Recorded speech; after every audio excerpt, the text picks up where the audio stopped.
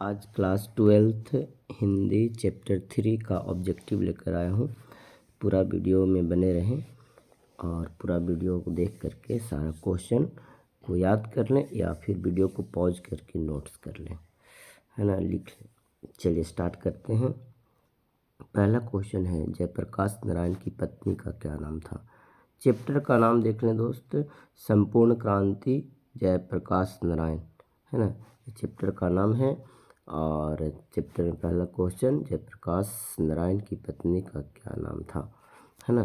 तो जयप्रकाश नारायण की पत्नी का नाम जो है प्रभावती, क्या है, प्रभावती।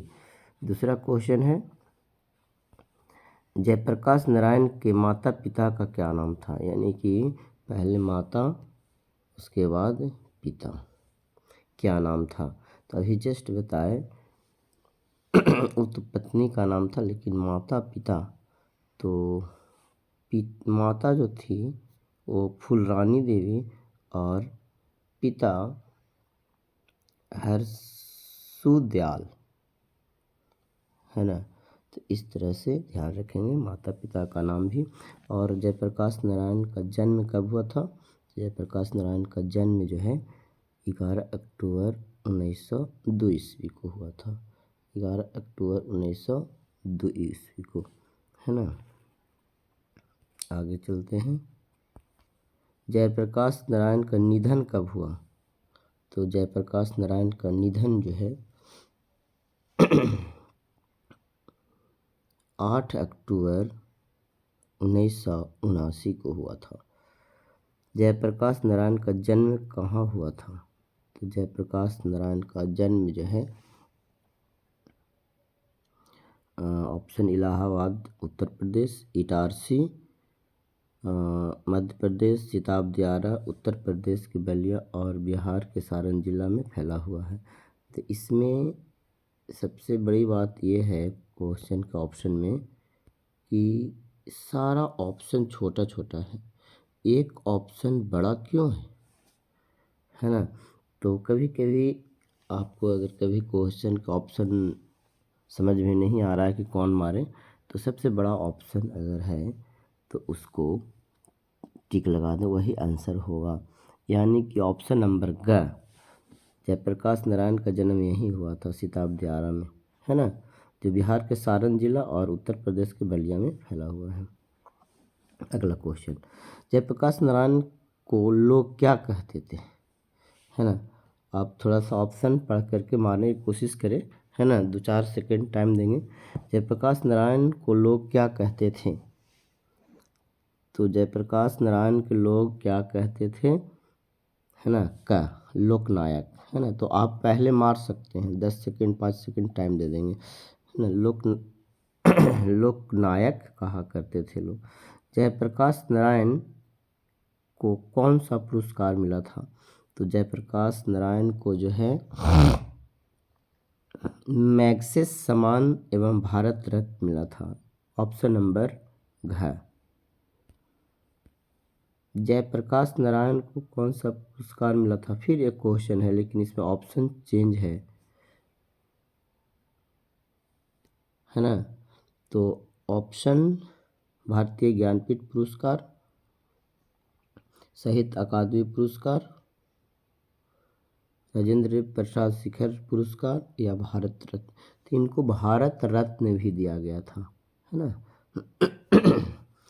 अगला क्वेश्चन है, संपूर्ण क्रांति वाला पाठ भाषण के रूप में गांधी मैदान में जेपी ने कब दिया। यानी कि ये भाषण, संपूर्ण क्रांति जो चैप्टर है वो भाषण है जो जयप्रकाश नारायण के द्वारा दिया गया था। तो ये भाषण पटना के गांधी मैदान में दिया गया था। तो कब दिया गया था। तो 5 जून 1974 को, 5 जून 1974 को। अगला क्वेश्चन है, किस पाठ में आया है, अगर कोई डेमोक्रेसी का दुश्मन है तो वे लोग दुश्मन हैं जो जनता के शांतिमय कार्यक्रमों में बाधा डालते हैं, उनकी गिरफ्तारी करते हैं, उन पर लाठी चलाते हैं, गोलियां चलाते हैं। तो किस पाठ में? अब बताइए किस पाठ में है? तो बस संपूर्ण क्रांति ख ऑप्शन, संपूर्ण क्रांति पाठ में ख option. Reconstruction of India polity नामक पुस्तक किसने लिखी है ना? ऑप्शन नंबर ग, जयप्रकाश नारायण,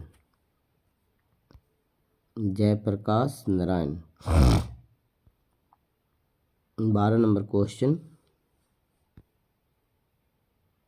संपूर्ण क्रांति शीर्षक भाषण किसने दिया? बस वही क्वेश्चन आ गया फिर से रिपीट, है ना?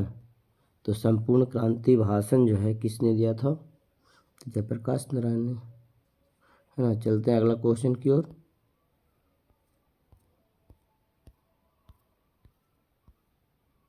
अगला क्वेश्चन है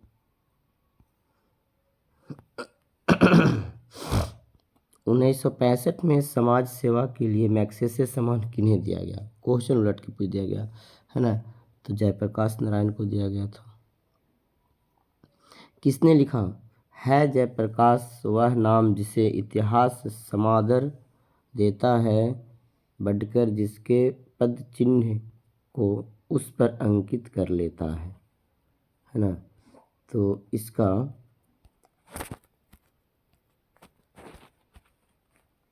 ऑप्शन कौन सा होगा? राष्ट्रगुप्त कवि, राष्ट्रकवि दिनकर जी, है ना? फिर उसी प्रकार माखनलाल चतुर्वेदी, भारतेंदु हरिश्चंद्र। तो किसने जो है दिया था? तो ऑप्शन होगा ख, राष्ट्रकवि दिनकर जी, है ना? राष्ट्रकवि दिनकर जी, ख ऑप्शन। अगला क्वेश्चन है विनोबा भावे के सर्वोदय आंदोलन में जयप्रकाश नारायण कब जुड़े? तो विनोबा भावे के जो है किसने जुड़े वो होना चाहिए था, है ना? क्योंकि ऑप्शन के अनुसार कब नहीं किसने, तो ऑप्शन बी जयप्रकाश नारायण जी शामिल कर लिए थे। जयप्रकाश नारायण का निधन कब हुआ? फिर क्वेश्चन आया, जरा बताइए आप क्या होगा आंसर, है ना? जयप्रकाश नारायण का निधन कब हुआ? अब बताइए आंसर, थोड़ा कोशिश करें। 8 अक्टूबर 1979 को, ऑप्शन नंबर डी। समाज सुधारक तथा श्रेष्ठ नेता कौन थे 17 में? ऑप्शन आपके स्क्रीन पर है। मदन मोहन मालवीय, जयप्रकाश नारायण, चंद्रधर शर्मा गुलेरी, मोहन राकेश। आंसर है जयप्रकाश नारायण। नेक्स्ट क्वेश्चन, छात्र आंदोलन का नेतृत्व किसने किया था? बस option number A Jayaprakash Narayan. मरणोपरांत भारत रत्न से जयप्रकाश नारायण को कब सम्मानित किया गया? यानी कि जयप्रकाश नारायण को भारत रत्न कब दिया गया? मरने के बाद भी दिया जाता है। ऑप्शन नंबर डी होगा, है ना?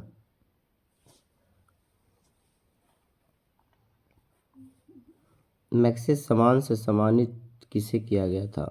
तो मैग्सेसे सम्मान से सम्मानित जयप्रकाश नारायण को किया गया था। 1952 के प्रजा सोसाइटी पार्टी के गठन में किसकी योगदान महत्वपूर्ण रहा? तो किसकी योगदान महत्वपूर्ण रहा था? तो option number B Jayaprakash Narayan को, है ना?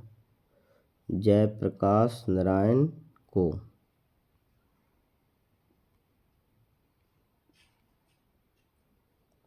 अगला क्वेश्चन है